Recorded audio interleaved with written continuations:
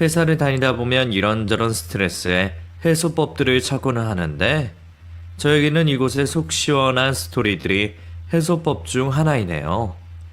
회사 생활에 연차가 쌓여도 직급이 올라도 스트레스를 받는 건 어쩔 수가 없나 봅니다. 특히 저에게는 회사 생활을 하면서 스트레스를 많이 주던 사람이 있었습니다. 이제는 기억이 희미해져서 얼굴도 기억 안 날 정도로 오래된 이야기지만 제가 당했던 괴롭힘과 그 사람과 있었던 사건만큼은 절대로 잊혀지지가 않네요. 우연히 그 옛일이 생각나 저도 사연을 보내보려고 합니다. 저는 남들과는 출생부터 많이 달랐던 사람입니다. 부모를 모르는 고아 출신이죠. 이름과 생년월일만 적혀있는 쪽지와 포대기에 쌓여 작은 박스 안에서 발견된 저는 고아원으로 들어가게 되었어요. 그나마 다행이었던 건 저는 제가 태어난 날을 알 수 있었고 저를 키워주시고 보육해주시던 보육원 선생님들께서 모두 좋으신 분들이었다는 거죠. 원생 한 명 한 명을 자신의 친자식처럼 대해주셨던 원장 선생님과 다른 보육 선생님들 덕분에 저는 행복한 어린 시절의 기억을 가지고 있었어요. 다른 친구들보다 눈치가 빠른 탓인지는 몰라도 이미 학교를 들어가기 전에 저는 제 상황에 대해서 이해를 할 수 있었고 긍정적으로 받아들일 수 있었습니다. 아마 그 모든 것이 마음 저 밑에서부터 진심으로 아이들을 대해주셨던 선생님들 덕분이 아닐까 싶어요. 모난 것 없이 자란 저는 학교를 들어가서도 많은 차별과 놀림을 받았지만 대부분의 것들을 무시하고 긍정적으로 받아들이면서 밝게 생활하게 되었습니다. 그리고 무엇보다 학업에 충실하게 임했어요. 혹여나 학업에 충실하지 않으면 고아라는 편견으로 남들에게 손가락질을 받을 것 같아 더욱더 충실했던 것 같습니다. 그리고 언젠가는 누구의 도움 없이 해야 할 홀로서기를 위해서 학업에 충실해야 했죠. 우수한 성적으로 대학을 입학하게 된 저는 제 상황 때문인지 봉사활동에 관심이 많았고 제가 나왔던 보육원 말고도 여러 봉사활동을 다니면서 바쁜 대학 생활을 보내게 되었습니다. 그리고 대학 졸업과 동시에 대기업에 입사할 수 있었어요. 일부러 준비한 것은 아니지만 제 수많은 봉사활동 기록이 도움이 되었던 것 같습니다. 평범한 사회 구성원이 되었다는 안도감도 잠시, 빡빡한 생활과 회사에 따라가기만 해야 하는 업무에 지겨움을 느끼게 되었어요. 몸과 마음이 힘들고 연봉이 적더라도 저는 업무에 관해서는 제 주도로 일을 하고 싶었거든요. 저는 긴 고민 끝에 결국 회사를 퇴사하게 되었습니다. 이후 저는 제 전공을 마쳐서 한 식료품 회사에 들어가게 되었습니다. 탄탄한 중견기업이긴 했지만 이전에 다니던 대기업에 비하면 연봉도 낮고 거리도 꽤나 멀었어요. 하지만 무엇보다 마음에 들었던 건 선진적인 기업 문화와 함께 다양한 프로젝트를 시도할 수 있는 환경이었죠. 직급이 낮아도 무엇이 되었든 제가 이끌어 나가는 프로젝트를 하고 싶던 저에게는 너무도 좋은 조건의 회사라고 생각되었습니다. 다행히 경력직 채용이 있어 기회를 놓치지 않고 입사를 하게 되었죠. 많은 기대를 품고 근무를 하게 된 전날, 저는 이 이야기의 주인공인 한 사람을 만나게 됩니다. 바로 저희 부서의 부장님이신 허기창 부장님이었어요. 작은 덩치에 하얀 피부까지 또래 남성들보다 젊은 모습의 허 부장님의 첫인상은 매우 좋았습니다. 그런데 그런 인상과 달리 까칠한 성격으로 저를 무척이나 경계하는 모습을 보였어요.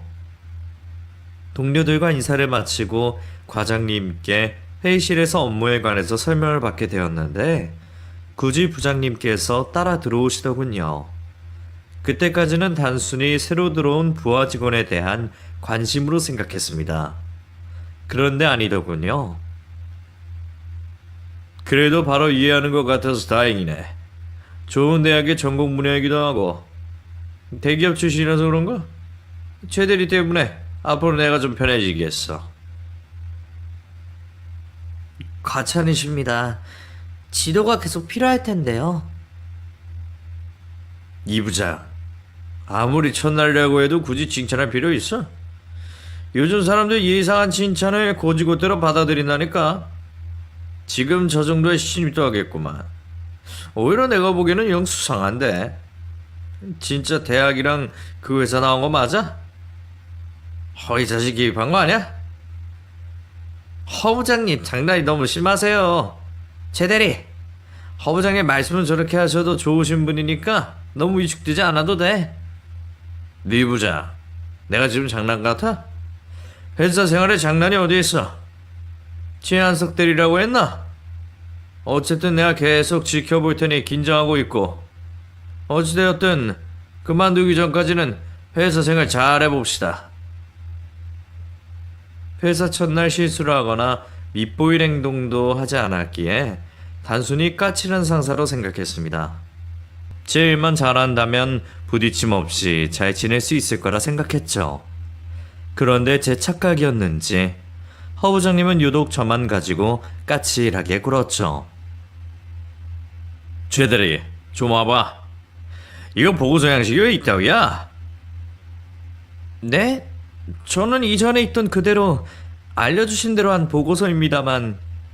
그러니까 왜 그대로 하냐는 말이야. 자네 회사에서 뽑은 이유가 뭐라고 생각해? 그 잘난 대학 졸업하고 대기업에서 왔으면 뭔가 더 나은 모습을 보여줘야 하는 거 아니야? 좀 더 한눈에 확 들어오고 가독성 좋게 만들어서 가져와봐. 그런데 상부에도 올리실 거면 기존 보고서 양식 그대로 하시는 게 좋지 않을까요? 최 대리가 부장이야? 최 대리가 결제받으러 가? 왜? 그 좋은 대학에 대기업 나왔으니까 나 정도의 부장은 무시해도 된다는 건가? 주변에 있던 동료들도 표정이 굳는 걸 보니 누가 봐도 저를 괴롭히려고 하는 모습이었습니다. 그뿐만이 아니었죠. 점심시간 전 업무를 시켜놓고 돌아오면 저를 빼놓고 이미 동료들을 이끌고 식사를 하러 간다거나 일부러 마감 시간 전에 중요한 서류를 줘놓고는 마감 전까지 빨리 하라며 불가능한 일을 재촉하기도 했죠. 지금까지 살면서 제가 있던 곳 어디에서나 꼭 한 명은 있었던 종류의 사람이라 그냥 무시하며 회사를 다녔습니다. 직속 상사이다 보니 별다른 수도 없었고 허 부장님을 제외하면 동료들이나 업무 환경 모두 마음에 들었기에 괜찮았어요. 그리고 주말에 맞아 봉사활동을 하고 나면 일주일 스트레스가 싹 다 가시고는 했죠. 그러면 또 한 주를 버틸 힘이 생기고는 했습니다. 그러다 우연히 회사에서 지원을 해주는 보육원에 봉사활동을 하다 한 여성분을 만나게 되었어요. 보육원과 우리 회사를 연결시켜 주신 개인 복지 사업을 하는 분이라고 들었는데 생각보다 젊은 나이에 제가 한번 놀랐고 아름다운 미모에 한 번 더 놀라게 되었죠. 봉사활동을 많이 해서 익숙한 저를 보고는 그 여성분도 호기심이 생겼나 봅니다. 처음 뵌 분인데 봉사활동 하시는 게 익숙해 보이시네요? 대학 다닐 때부터 여러 봉사활동 많이 다녀서요. 특히 보육원 같은 곳은 저에게도 특별한 의미가 있는 곳이기도 해서 내부를 잘 알고 아이들 원하는 것도 잘 알아요. 아, 그러셨구나. 저 김가은이라고 해요. 원래는 복지소에서 근무하다가 너무 일하는 게 제한적인 것 같아서 그만두고 제가 기업과 보육원을 연결시키는 일을 하고 있어요. 좋은 일 하시네요. 저는 최한석이라고 합니다. 근데 저랑 비슷하시네요? 저도 그러한 이유로 저번 회사에서 나와서 이곳에 들어오게 되었는데. 그래요? 그럼 우리 친구예요. 가지고 있는 생각도 비슷하고 서로 봉사활동도 중요시하고 나이도 우리 엇비슷해 보이는데? 한석 씨 정도의 나이에 봉사활동 관심 있는 사람도 드문데 우리 친구로 지내면서 친하게 지내요? 우리는 서로에게 이끌리듯 대화를 나누게 되었고 친구로 서로를 알아가기 시작했습니다. 가은이가 이야기했던 것처럼 우리에게는 많은 공통점이 있었고 그 부분에 서로에게 호감을 가졌던 우리는 얼마 지나지 않아 연인 사이가 되었죠. 가은이는 제가 이전부터 생각하던 꿈에 그리던 이상형이었어요. 예쁜 얼굴은 물론이고 다른 사람을 먼저 생각하는 따뜻한 마음까지 말이죠. 그 이유에서 그런지 너는 제 배경에 대해서 먼저 밝히게 되었습니다. 가은이라면 제 상황을 편견 없이 오로지 저에 대한 모습으로만 판단해 줄 거라 확신이 들었거든요. 내가 할 말이 있는데 우리 관계가 더 깊어지기 전에 말해야 할 것 같아서. 사실 나 고아원 출신이야.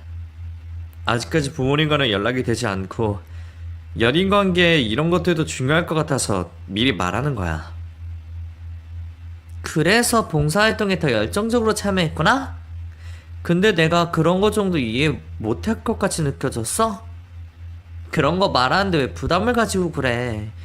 그렇게 따지면 나는 엄청난 늦둥인데 그건 괜찮겠어? 사람 사는데 다 각자의 사연이 있는 거지. 나 그런 것들 아무 상관없으니 우리 다른 거 신경 쓰지 말고 예쁘게 연애하자. 고맙게도 가은이는 저를 이해해 주었고 저 또한 제 출신에 대한 걱정 없이 마음 편히 연애를 즐기게 되었습니다. 그렇게 즐거운 연애를 즐기다 보니 제 입으로 말하지 않아도 주위 사람들이 먼저 눈치를 채더군요. 근데 최 대리님 연애하시죠? 네? 아, 네. 좀 됐습니다.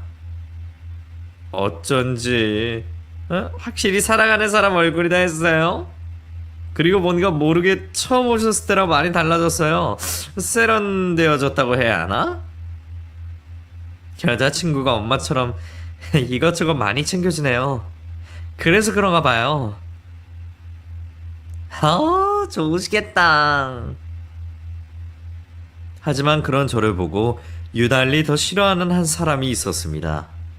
허 부장님이었죠. 회사에 일하러 온 사람들이 이제 막 20살 된 학생들 마냥 연애 얘기하니까 좋아요? 요즘 젊은 사람들은 정신머리가 없나? 공과 사를 구별을 못해? 특히 최 대리, 언제 헤어질지도 모르는 사이 가지고 유난 턴다고 생각 안 해? 그리고 이야기 나온 김에 말하자면 내가 만약 딸이 있다고 해도 최 대리 같은 사람에게는 시집 안 보낼 것 같은데. 네? 그게 무슨 뜻입니까? 느끼는 그대로 말하는 거야. 솔직히 좋은 대학 대기업 나왔으면 뭐해? 그것 빼고는 평범한 사람만도 못하잖아.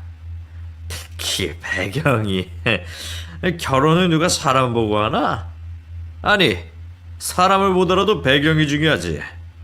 어차피 나중 되면 현실적인 이유로 헤어지게 될 거. 김치국 마시지 말고 조용히 맡은 업무나 열심히 해요. 그 말을 하고는 탕실로 가는 허 부장님을 멈춰 세우려고 했습니다. 제가 고아인 것을 가지고 비꼬는 듯한 말에 저도 울컥했기 때문이죠. 그때 주위에 있던 동료들이 말리더군요. 아니 정말 최 대리님 참으세요. 갇혀서 뭘 어쩌시려고 그래요. 사과라도 들어야 하지 않겠어요? 아무리 직속 상사라고 해도 할 말이 있고 아닌 게 있죠. 그럼 다음은요? 다음 일은 어떻게 감당하시려고요? 허 부장님 전화기까지 노총각이라 히스테리 부리시는 거예요. 최 대리님 말고도 다른 사람들도 연애 때문에 허 부장님께 당한 게 여러 번이라고요. 그 유명한 노총각 히스테리니까 무시하고 이번에 참으세요. 저희가 나중에 심했던 거 아니라고 허 부장님께 말할게요. 그때까지는 몰랐습니다. 당연히 그 나이에 부장까지 달고 있으니 결혼을 했을 거라 생각했어요. 또래 나이 비슷한 직급 회사 상사들과 비교해도 벌써 중학생 자녀를 두고 있을 나이였거든요. 노총각 히스테리가 면죄부가 될 순 없었지만 제가 참고 넘기기로 했습니다. 그 당시만 해도 시대적 상황이 노총각, 노처녀의 히스테리가 당연하게 받아들여졌으니까요. 허 부장님의 스타일과 괴롭힘은 그 뒤로도 계속되어 갔지만 저는 불쌍한 사람의 한풀이라 무시하며 일일이 대응하지 않고 회사 업무에만 집중하게 되었습니다. 그리고 퇴근 후 가은이와 보낼 생각에 허 부장님 말은 귀에 들어오지도 않았어요. 우리는 예쁜 사랑을 계속해 갔고 어느덧 가은이와 연애를 한 지도 2년이라는 시간이 흘렀죠. 그러다 어느 날 가은이가 깜짝 놀랄 소식을 저에게 전했습니다. 가은이 부모님께서 저를 보고 싶어 한다는 소식이었죠. 정식으로 인사를 드리고 싶은 적은 많았습니다만 어른들이라면 좋아하시지 않을 고아 출신의 중고차 하나 없는 형편이다 보니 괜히 인사를 드리러 갔다 눈밖에 날 것 같아서 차일피일 미루게 되었죠. 직접 가은이 통해서 저를 보고 싶다고 말씀을 하셨다니 더는 미룰 수가 없을 것 같았습니다. 정식으로 인사를 드리러 가게 되었죠. 가은이 부모님을 뵙기 전 마음의 준비를 단단히 했습니다. 가은이 부모님께서 어떤 편견을 가지고 보시든 위축되지 말고 제가 가은이를 사랑하는 진실된 모습 그대로 보여주기로 마음먹었고 어떤 어려움이 있어도 가은이를 포기하지 말자는 다짐이었죠. 푸근한 인상으로 저를 반갑게 맞아주신 가은이 부모님께서는 입이 떡 벌어질 만큼 진수성찬을 차려주셨어요. 최대한 예의를 차리며 식사를 하려고 했는데도 너무나도 맛있는 상차림에 밥을 2공기나 비우게 되었죠. 정신이 팔려 먹을 땐 몰랐는데 첫 인사를 드리러 온 날 너무 개걸스러운 모습을 보인 게 아닌가 싶어 실수를 했다 싶었습니다. 그래도 다행히 그런 저를 보시고도 가은이 부모님께서는 좋게 말씀을 해주시더군요. 요즘 남자들도 깨작깨작 먹는 사람들이 많던데 남자답게 먹는 모습이 보기 좋네. 그리고 맛있다는 밥을 2그릇이나 먹었으니 차림보람도 있고. 죄송합니다. 너무 맛있어서 먹다 보니 제가 실례를 한 것 같아 죄송합니다. 실례는 무슨. 우린 정말 잘 먹어줘서 너무 고마운데. 그리고 집밥이 얼마나 그립겠어. 어? 오히려 집밥 먹는 것처럼 편히 먹어줘서 내가 더 고마웠네. 실은 가은이가 자네 만나기 전에 귀띔을 해줘서 대충은 자네 사정을 알고 있네. 그래서 여기까지 찾아오는 것도 큰 마음 먹고 왔을 거라는 것도 짐작하고 있고. 그런데 우리들 앞에서는 편하게 행동하게. 자네 사정이 뭐 어때서 그래? 마음 착하고 성실하고 매사 열심히 살고 덕분에 좋은 대학 나와서 대기업에도 입사했었지 않나? 그것뿐이야? 남들은 보장되는 연봉과 삶에 만족하고 살아가는데 꿈을 쫓아서 퇴사까지 결정하고 적성에 맞는 회사로 들어갔다지? 그리고 지금까지도 봉사활동 하러 다닌다면서 어디서 자네 같은 사회감을 찾겠나? 사람은 배경이 중요한 게 아니야. 결혼이 사람 대 사람이 하는 건데 사람이 중요하지. 우리 딸 열심히 그리고 소중하게 키웠네. 자네가 가은이 평생 사랑해준다고 약속만 해준다면 나는 당장에 자네를 사이로 맞이하겠네. 그래, 우리 가은 평생 사랑해줄 수 있어? 바로 입에서 당연하다고 말을 했어야 했는데 전혀 예상하지 못한 장모님의 말씀에 너무 놀랐고 그 따뜻한 위로로 인해 눈물이 먼저 흘러나왔습니다. 지금까지 세상을 살며 받았던 무시와 조롱들이 단번에 녹아내리듯 사라지는 것 같았어요. 이루 말할 수 없을 만큼의 큰 감동으로 인해 한참을 울고 있는 제 손을 장모님과 장인어른께서는 따뜻하게 잡아주셨습니다. 그 가슴 따뜻했던 밤을 생각하면 아직도 콧잔등이 시큰하네요. 그렇게 인사를 드리러 간 날 예상치 못하게 교제 허락이 아닌 결혼 허락을 받게 되었고 천천히 결혼 준비를 하게 되었습니다. 전원 생활을 하시는 장인 장모님께서는 자신들은 이제 더 이상 돈 들어갈 곳이 없다며 감사하게도 아파트를 구해주셨습니다. 아무리 은퇴를 하시고 노후 자금과 함께 자식 결혼 비용을 저축하셨다고 하지만 그 큰 돈을 선뜻 내주시는 게 감사했어요. 한참 모자란 저를 배려해 주시는 장인 장모님 덕분에 금전적인 부분에서 걱정을 덜게 되었습니다. 그 후에도 결혼 준비로 여자친구와 저는 바쁘고 힘든 일정에 치여갔지만 둘이서 그 고생을 하는 것도 좋았어요. 고생을 하고 있지만 행복했죠. 하지만 결혼에 대해 저에게 조언을 해줄 사람이 곁에 없어서 하나부터 열까지 결혼을 한 주변 사람들에게 물어봐야 했고, 회사 동료들에게 쉬는 시간과 식사 시간 틈을 이용해 결혼 준비에 도움이 되는 이야기를 듣고는 했죠. 혹시나 저희 부장님께서 제 결혼 이야기를 듣고서는 또 무슨 시비를 걸어올까 싶어 나름 조심한다고 조심했는데 좁디 좁은 사원들 관계로 인해서 듣게 되었나 봅니다. 제 걱정대로 이번에도 괜한 트집을 잡아 시비를 걸었죠. 최 대리, 진행한다는 프로젝트 왜 이렇게 진행 보고가 늦어? 요즘에 결혼 준비로 바쁘다고 하더니 일과 시간에도 결혼 준비에 여념이 없나? 딴짓거리 하면서도 월급 따박따박 나오니 좋냐고? 부장님, 저번에 올린 보고서에 다음 예정 보고서 제출날이 적혀 있었습니다.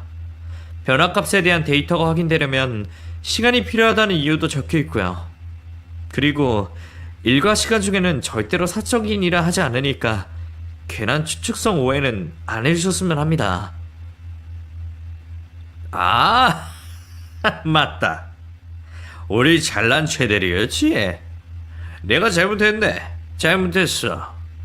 그럼 우리 일과 시간에는 일만 열심히 하는 최대리님 자리로 돌아가셔서 열심히 일해주세요. 덕분에 우리 회사가 잘 돌아갑니다. 그 후에도 제가 잠시라도 딴짓하는 모습이 보이면 대놓고 주위 회사 사람들에게 들으라며 큰 소리로 알리고는 했습니다. 이미 주위 직원들도 저를 싫어하여 부장님이 괜한 트집을 잡는 것을 알고 있어 관심 가지진 않았지만 제 입장에서는 회사 내에서 소란스러워지며 부당한 대우를 받는 게 점점 더 참기 힘들어지기 시작했죠. 그나마 참을 수 있었던 건 제 곁에 여자친구가 있었기 때문이었습니다.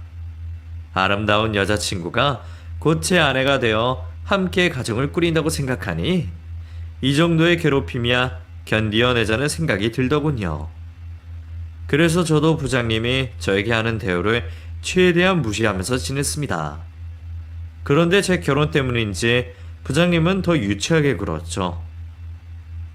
결혼식을 한 달 정도 앞두고 회사 내 같은 부서분들께 청첩장을 돌리게 되었습니다. 물론 주긴 싫었지만 다들 보는 눈이 있었기에 부장님도 빼놓지 않고 청첩장을 드렸죠. 뭐야, 여기에서 결혼을 해? 난 못 가겠네. 여기서 밥 먹으려고 축의금 내면 오히려 손해지. 최 대리, 뭐 이런 곳에서 하나? 이왕 하는 결혼식이면 좀 좋은 곳에서 하지. 처음부터 이런 곳에서 시작해서 결혼 생활에 문제없이 지낼 수 있겠어? 최 대리가 여자 마음을 너무 모르네. 왜요, 부장님? 최 대리가 괜찮은 곳 골랐는데 안 그래도 저번 달에 제 지인이 저기서 했는데 넓어서 하객들 많이 와도 쾌적하고 깔끔하더라고요. 그리고 여기 갈비탕 맛집이에요, 맛집. 그래? 내가 다른 곳에서 착각을 했나? 뭐 어쨌든 어느 집 여자든 최 대리랑 결혼하면 미치는 거니까 이왕 하는 결혼식이면 더 좋은 곳에서 해줘야 하는 거 아니야? 나는 이날 바빠서 못 가겠고 나중에 최 대리 결혼 생활에 문제 생기면 그때 인생의 선배로서 위로해주면서 술이나 살게. 그리고 결혼하고 여행 간다고 회사 빠질 거 아니야? 최 대리 때문에 다른 사람 업무에 피해 없도록 전날까지 밤을 새는 일이 있어도 다 해놔. 알았지?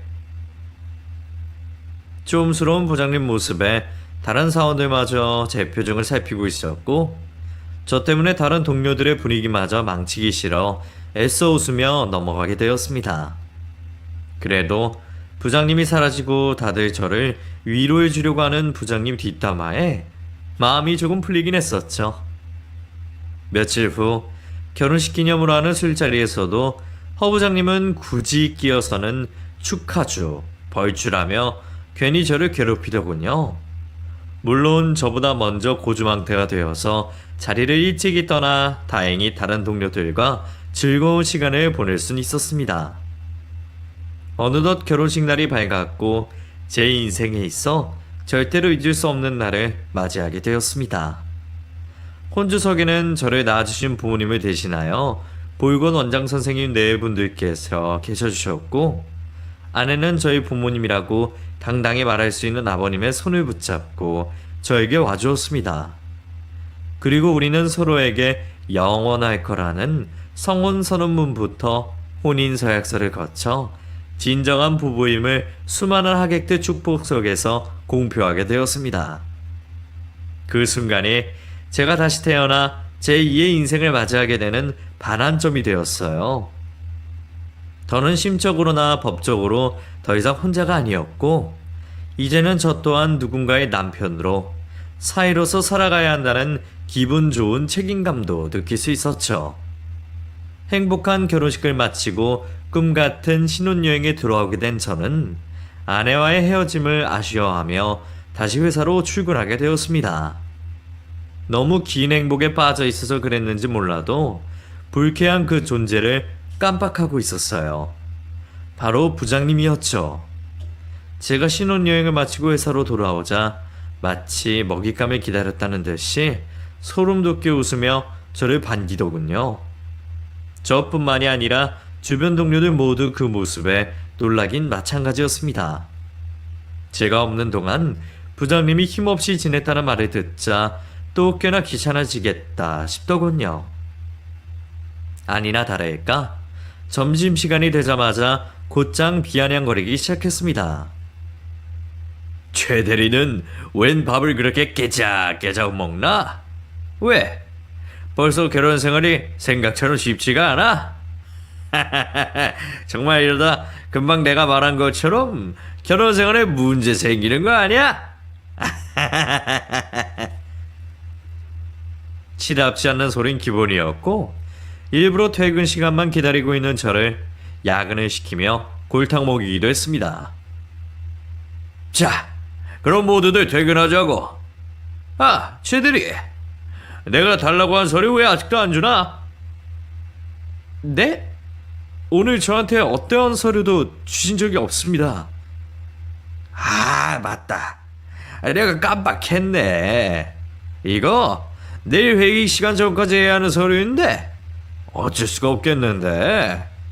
최 대리가 좀 늦게 퇴근하더라도 이거 마무리해서 내 책상에 올려놔줘. 아이, 이거 참 미안하게 됐네. 그럼 부탁 좀 할게. 자, 나머지 분들은 모두 퇴근합시다. 부하 직원인 제가 업무를 가지고 뭐라고 할 수 없었습니다. 그저 까라면 까야 했고 야근을 하라면 해야 했죠. 그 뒤에도 회사 생활을 하면서 다 큰 성인이 이 정도로 유치하나 싶을 정도로 저를 두고 별별 시비를 걸었습니다. 그러다 보니 퇴근을 하고 아내와 있는 시간에는 대부분 부장님의 험담을 하게 되었죠.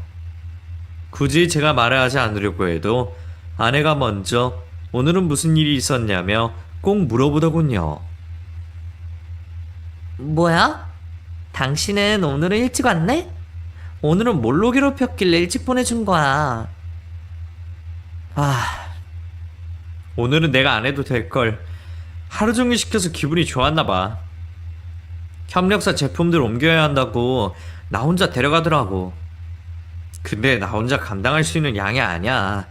다른 직원들 좀 부르자니까 다들 바쁠 거라고 거짓말 하더니 자기는 업무 미팅 있다면서 획하니 가버리는 거 있지. 그걸 다 옮겨놨더니 이미 다른 팀에서 옮겨놔서 필요가 없다고 하더라. 내가 땀에 홀딱 젖은 거 보는 게 좋았나 봐. 정말? 뭘 도대체 어떻게 해야 해? 내가 선물이라도 챙겨서 찾아갈까? 왜 당신만 가지고 난리는. 됐어. 근데 허 부장, 내일부터 회사 못 나올 수도 있어. 어? 왜? 나한테 일 끝났고 수고했다고 음료수 주더라고. 알잖아. 사람 변하면 잘못되는 거. 진짜 나는 진짜인데 그런 사람을 놀리고 있어. 하루 종일 고생을 하고 와도 제 걱정을 해주면서 옆에서 참새처럼 지저귀는 아내가 있어 모든 화가 풀리고는 했습니다. 회사 내에서 허 부장님 때문에 생기는 화나는 순간도 오직 퇴근 후 아내를 만나는 시간을 기다리면서 참을 수가 있었어요. 그렇게 평범한 생활을 이어가고 있던 중 한 사건이 발생하게 되었습니다. 사건 당일은 저희 회사의 창립 기념일이었어요. 그 년도는 특별히 창립 기념일을 맞아 방문을 원하는 직원 가족들은 자유롭게 회사 내로 들어올 수 있었고 가족들과 같이 식사를 할 수 있는 자리도 마련되어 있었죠. 저녁에는 간단한 파티 음식과 함께 주류들도 제공이 되었고요. 저 역시 아내를 불러 제가 일하는 곳을 구경시켜주고 싶었지만 부장님이라는 존재가 마음에 걸려서 말을 하지 않았습니다. 적당히 동료들과 즐기다 퇴근을 할 생각이었어요. 그래서 부장님의 눈을 피해서 다른 동료들과 어울리고 있었죠. 한참을 동료들과 대화를 나누며 즐기고 있는데 제 눈에 부장님이 들어왔습니다. 저에게 볼 일이 있는지 씩씩대면서 말이죠. 왠지 제 예감으로는 전 직원들 가족들이 모여 있으니 외로움이 더해져서 그로 인한 화풀이를 저에게 하러 오는 듯 보였습니다. 최 대리, 자네 지금 여기서 뭐하고 있나? 이렇게 세상 늘어지게 웃고 마시고 즐길 시간이 있어? 오늘 업무 시간은 오전에 다 끝난 걸로 알고 있는데요. 무슨 일 때문에 그러시죠? 이거 봐. 맨날 노는 것만 좋아해서는 자기 업무는 소홀히 하고. 자네, 김대리 대신해서 작성해야 하는 보고서는 언제 낼 건가? 내가 자네 보고서 받으라고 눈 빠지게 기다려야겠어? 제발 좀 매사 회사 편하게 다니려고 하지 말고 일 좀 하려고 해, 일. 도대체 무슨 말씀이십니까? 김대리에게 인수인계 받을 때는 분명 다음 주 수요일까지 하면 되는 거라고 들었습니다. 직접 부장님께서 작성기한 적어놓으신 쪽지도 같이 인수인계했고요. 아무런 말씀 없으시다가 지금 와서 왜 이러십니까? 그건 다른 업무가 많을 때 이야기고 지금은 이렇게 놀 시간에 보고서 작성을 해야 할 거 아니야? 회사원이 회사에 많이 쳐내는 게 일이지 이렇게 놀고 마시고 즐기는 게 일이야? 이것도 업무 지시니까 괜히 항명하지 말고 올라가서 일이나 해. 그리고 자네 점점 말대꾸하는 회사가 증가하는데 여기 회사야. 나는 자네 상사고 결혼하고 나서부터 자네가 변한 것 같은데 자네가 결혼을 한 거지 나보다 위로 승진한 게 아니라고. 더는 좌시하지 않을 거니까 정신 똑바로 차려. 알았어? 부장 때문에 제 아내도 회사로 부르지 못했는데 말도 안 되는 트집을 잡고 시비를 거는 모습에 정말 참기가 힘들더라고요. 회사 내에서 정한 오전 일과로 인해서 퇴근한 직원들도 있었기에 저도 정당하게 업무 연장을 할 수 없다며 말을 하게 되었습니다. 못하겠습니다. 내일 야근을 하든 조기 출근을 하든 내일부터는 부장님 말씀처럼 회사 직원으로서 일을 열심히 하겠지만 오늘 업무 시간이 끝난 만큼 부장님 말씀이 부당하게 느껴집니다. 부장님께서도 오늘 같은 날에 즐기시던지 아니면 필요하신 보고서 직접 작성하시기 바랍니다. 뭐? 자네 지금 상사의 명령을 거부하는 거야? 이따위로 행동하면 사내 징계도 내릴 수 있는 건 몰라? 지금 막 나가자는 건가? 하기야 어릴 때 인성을 제대로 잡아줄 사람이 없어 커서 그런지 조직생활 망치고 위기질서에 들이박는 걸 잘 알아봐. 제가 고아임을 빗대어 왜곡하는 그 이야기를 듣는 순간 저도 모르게 주먹이 꽉 쥐어지더군요. 어쭈? 왜? 사람이라도 치려고? 아우 나이도 어린 것이 얻어 터지려고 작정을 했나? 덩치도 작은 사람이 오히려 저를 폭행하는 행동을 취하면서 위협하더군요. 끓어오르는 마음에 허부장을 노려보는 순간 허부장 뒤편으로 제 아내와 함께 장모님이 보였습니다. 언제부터인지 몰라도 두 사람이 제가 당하고 있는 모습을 보고 있었던 것 같았죠. 두 사람의 굴욕적인 모습을 보일 수가 없어 저는 받아치기로 했습니다. 해보십시오. 누가 나가 떨어지는지. 주위 사람들은 이미 다 알고 있는 것 같은데 먼저 폭력 쓰려면 하십시오. 그런데 저 이번 일 무조건 문제 삼을 거고 앞으로부터는 부장님이 저에게 하시는 인격 모독 및 괴롭힘 참지 않을 겁니다. 뭐? 이 자식이 정말 계급장 떼자는 소리야? 말로 받아치자 허부장은 화로에 참을 수가 없었는지 구두발로 저를 휙 걷어차더군요. 끝끝내 폭력까지 휘두르게 되자 주변 동료들도 나서서 말리게 되었고 그에 더 흥분한 모습을 보이는 허부장이었습니다. 자네, 내 사위한테 뭐하는 짓인가? 아무리 상사라지만 부하 직원한테 업무 시간 외에 인격 모독과 폭력을 휘두를 수 있어? 장모님께서 그 모습을 보시고 소리치셨고 그 외쯤에 회사 실장님께서 급히 곁으로 오셨어요. 도대체 회장님을 곁에서 모시는 실장님과 어떤 사이이시길래 실장님이 직접 나서는지 의문을 표하고 있을 때 실장님 입에서 장모님을 회장님이라고 부르셨습니다. 저뿐만 아니라 근처에 있던 회사 직원 모두가 그 자리에서 멈춰 돌아가는 상황을 알아내려 급급했죠.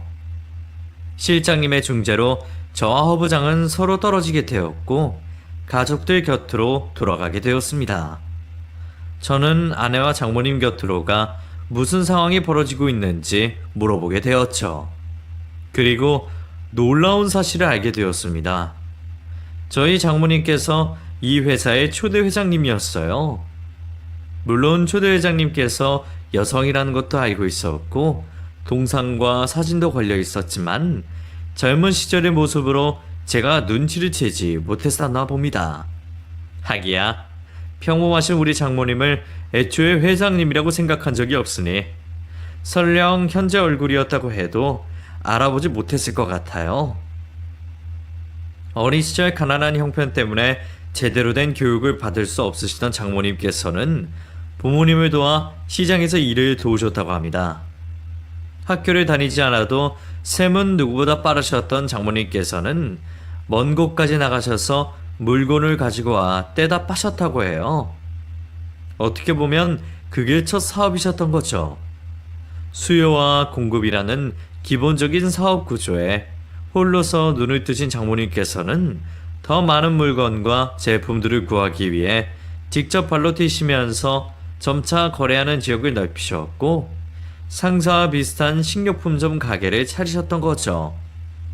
그 후에도 못다한 공부를 하러 다니시며 사업에도 열중하셨고 단순히 식료품에 대답하는 트레이딩 사업에서 직접 제조와 유통을 하시는 사업을 하시겠다며 회사를 차리게 되신 겁니다. 여성 홀로 하는 사업으로 인해 많은 불공정과 무시를 받은 탓에 직접 세운 회사에서는 평등과 공정을 우선으로 생각하셨다고 합니다. 시간이 지나며 자신의 기준에 스스로가 회사를 이끌어가기에 부족함을 느끼신 장모님께서는 세습 경영을 하시지 않기로 하셨다고 해요. 그래서 오랜 근무로 인해서 회사 사업 방향의 이해도가 높고 능력이 뛰어나신 지금의 회장님을 추천하여 투표로 선임하셨던 거죠. 그 후 완전히 사업과는 떨어져 아버님과 같이 자연인처럼 편안한 노후를 보내고 계셨던 겁니다. 결혼식을 올리면서 알 수도 있었을 텐데 그날 제가 너무나도 긴장한 탓에 주변을 둘러볼 경황이 없었나 봅니다. 죄송합니다, 장모님. 장모님께서 초대 회장님이신 걸 몰라보고. 그러면 나를 대하는 게 달라지나? 오히려 몰라봐서 좋았네. 처음부터 알아봤으면 괜히 불편만 하지. 이렇게 가깝게 지낼 수도 있겠나? 지금도 전과 다른 건 없네. 나는 이미 진작에 은퇴한 사람이고 아무런 영향력도 없어. 그냥 옛 생각도 나고 자네 장모로 쓰이고 세운 건데 그런 일이 벌어지고 있지 않나? 그리고 장모로서 그 정도 말은 할 수도 있고 자네 상사에게도 이번 일로 문제 삼거나 불이익 가는 건 없을 거야. 불이익을 줬다면 내가 한참 전에 가은이에게 자네 이야기를 들어줬을 때 줬겠지. 회사 생활의 부당함의 기준이 애매하게 했지만 누가 기준점을 세워도 벗어난 일이면 즉시 회사에 말을 하게. 그렇게 계속 참고만 있지 말고 자네를 구워준 건 장모로서 기분 좋은데 늙으니까 괜히 분위기를 맞춘 것 같아 미안하구만. 우리가 떠나야 분위기가 살 듯하니 우리 가족끼리 저녁 식사나 하러 가세. 회사를 나가면서 흡연구역에서 담배를 피고 있는 허 부장을 보니 뒤늦게 장모님의 정체를 알고 무척이나 초조해하는 듯 보였습니다. 그리고 그 모습은 다음 날에도 계속되었어요. 지금까지 저에게 한 일이 있어 제 발이 저린 건지 제가 입사를 하고 나서 처음으로 조용하고 누가 하나 건들지 않는 모습을 보게 되었죠. 거기다 저에게 절대로 하지 않을 것 같던 사과도 하더군요. 자, 그러면 다들 퇴근을 하세요. 부장님, 그럼 먼저 가보겠습니다. 내일 뵙겠습니다. 최 대리, 잠깐 나 좀 볼까? 네? 무슨 일 때문에 그러시죠? 무슨 일은 전에 있었던 일은 내가 미안하네. 내가 원래는 그러지 않았는데 이 나이 먹을 때까지 홀로 살고 삶에 재미가 없어서 그런지 심부만 고약해졌네. 또 자리가 자리다 보니 옳은 말 해주는 사람도 없고 그래서 내가 도를 지나쳤어. 자네한테 처음부터 악감정이 있던 건 아닌데 그냥 히스테리를 부리고 그랬나봐. 미안하네. 사과해 주신다면 거절하지 않고 받겠습니다. 이미 지난 일이니 저도 다 털어냈고요.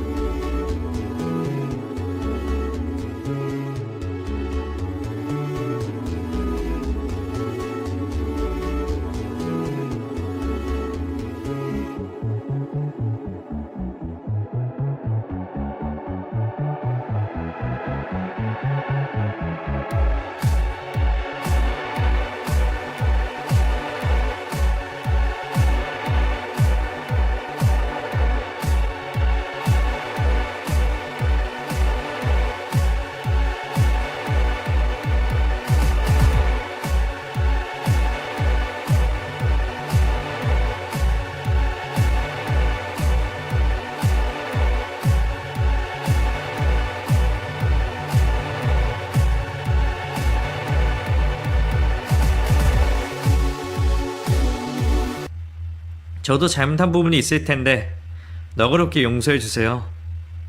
아니, 자네가 무슨 잘못이 있다고. 그리고 장모님, 아니 회장님께도 잘 좀 말해줬으면 고맙겠네. 내 말 무슨 말인지 알지? 걱정 마세요. 장모님께서 먼저 아무런 일 없을 거라 말씀하셨어요. 본인께서는 은퇴한 분이고 어제 기념일 그 자리도 제 장모님으로 오신 거라고 하셨고요. 그래? 자네가 인성이 좋아서 그런지 회장님께서도 직접 뵙지는 못했지만 마음이 넓으신 분이셨구만. 그래. 회장님께도 주요한 모습 보여 죄송하다 전해드리고 자네에게도 다시 한번 미안하네. 엎드려 절받기일 수도 있지만 직접 당사자에게 사과를 받아 기분은 좋았습니다. 그런데 한편으로는 자신의 상황을 직접 내뱉는 게 안쓰럽기도 했죠. 어차피 회사에서 일 말고는 볼 사람이 아니었기에 그 사과로 모든 것이 해결되었다고 생각했습니다. 앞으로 괴롭힘만 없고 서로 각자의 회사 일만 집중하면 되니까요. 저 때문에 눈치를 보는 모습도 보기 싫었죠. 그러다 어느 날부터인가 허 부장이 타부서로 옮겨지게 되었습니다. 그러더니 얼마 있지 않아서 경찰들이 허 부장의 책상을 뒤지더라고요.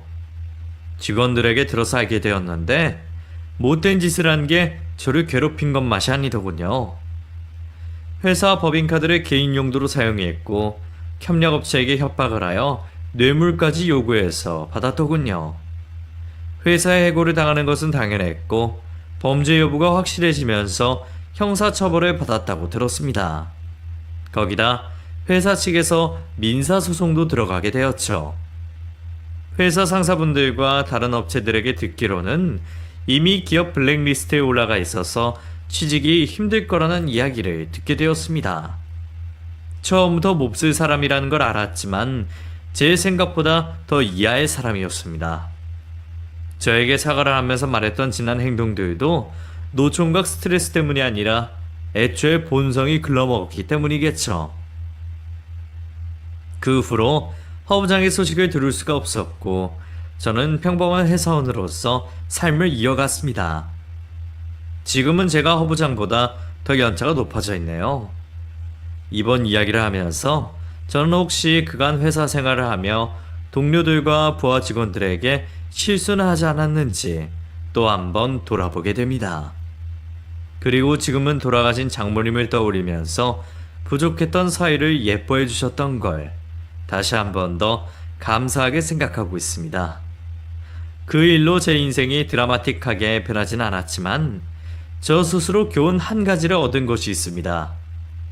이 세상이 너무 좁아서 언제나 어디서나 누구에게나 떳떳할 수 있는 사람이 되어야 한다는 것이죠. 특히 요즘같이 자신의 모습이나 생각을 쉽게 드러낼 수 있는 사회에서는 더욱이 자신의 순간 감정에 휘둘리지 않고 상대방을 배려해 줄 수 있는 사람이 되어야 할 것 같습니다.